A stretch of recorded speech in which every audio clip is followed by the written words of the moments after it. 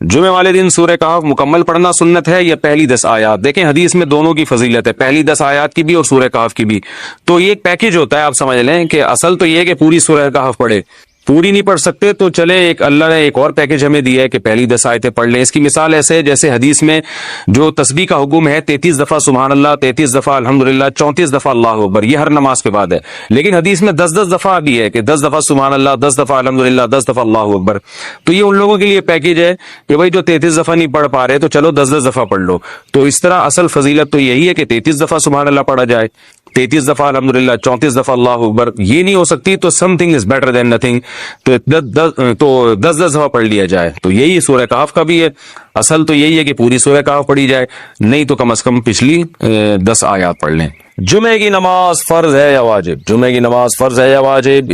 میں نے کتاب میں اسے فرض پڑھا تھا، لیکن کئی لوگ اسے واجب بھی بتاتے ہیں۔ اس بارے میں تفصیل سے رہنمائی فرمائے صدام حسین راجستھان سے۔ دیکھیے جمعے کی نماز فرض ہے کیونکہ دلیل قطعی سے ثابت ہے۔ سورہ جمعہ میں قرآن مجید میں اللہ تعالیٰ کے ارشاد ہے اذا نودی للصلاۃ من یوم الجمعۃ فاسعوا الی ذکر اللہ، جب جمعے کے دن اللہ کی یاد کے لیے بلایا جائے تو اللہ کی یاد کی طرف دوڑو۔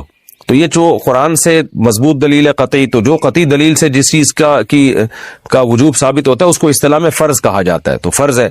رہا یہ مسئلہ کہ بعض فقہاء نے واجب لکھا ہے، تو وہ اس لیے کہ یہ فرض اور واجب جو اصطلاحات ہیں، واجب کہتے ہیں جو دلیل ظنی سے ثابت ہو، قطعی سے نہ ہو، یعنی یقینی، بہت زیادہ یقینی دلیل نہ ہو، اور فرض کہتے ہیں جو ایسی پکی ڈھکی دلیل سے ثابت ہو جس کا انکار ممکن نہ ہو۔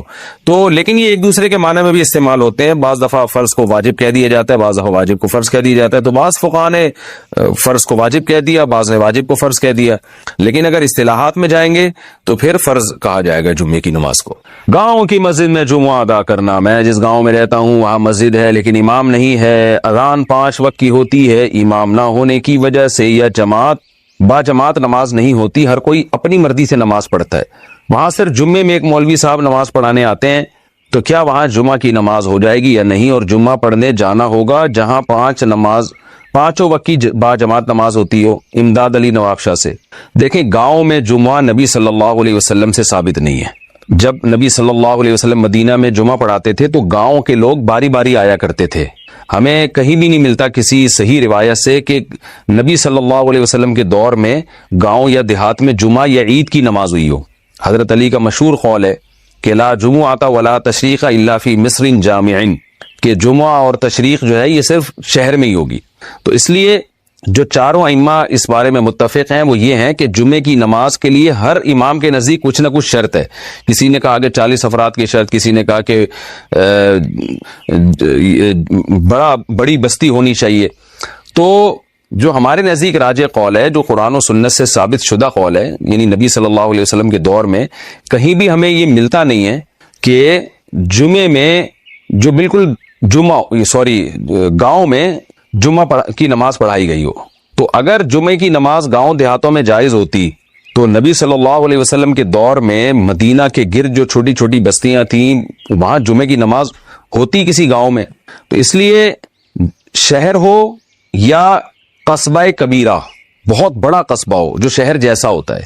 اچھا شہر کی ڈیفینیشن کیا ہے؟ عرف میں جس کو شہر سمجھا جائے، تو یعنی جس میں 2 رویا دکانیں ہوں، ہسپتال ہوں، تھانہ ہو، یہ تمام جو شہر کے لوازمات ہیں وہ جس جگہ پہ پائے جائیں گے اس کو شہر کہا جائے گا۔ جس جگہ یہ نہیں ہوں گے، وہ دور دراز علاقوں میں چند لوگوں کا ایک جتھا رہتا ہے، اس کو شہر نہیں کہتے۔ تو یہ عرف سے چینج بھی ہو سکتا ہے۔ تو اس لیے اگر آپ جس علاقے میں رہتے ہیں وہ واقعی گاؤں ہیں، قصبہ کبیرہ بھی نہیں ہے، بڑی بستی بھی نہیں ہے اور شہر بھی نہیں ہے، تو پھر جمعے کی نماز وہاں پر درست نہیں ہے۔ پتہ ہے سورہ کہف میں بہت سارے واقعات بیان ہوئے۔ اصحاب کہف کا واقعہ سب سے پہلے بیان ہوا کہ انہوں نے کیسی اللہ کے لیے قربانی دی، پھر اللہ تعالیٰ نے خضر علیہ السلام کا واقعہ بیان کیا، ذوالقرنین کا واقعہ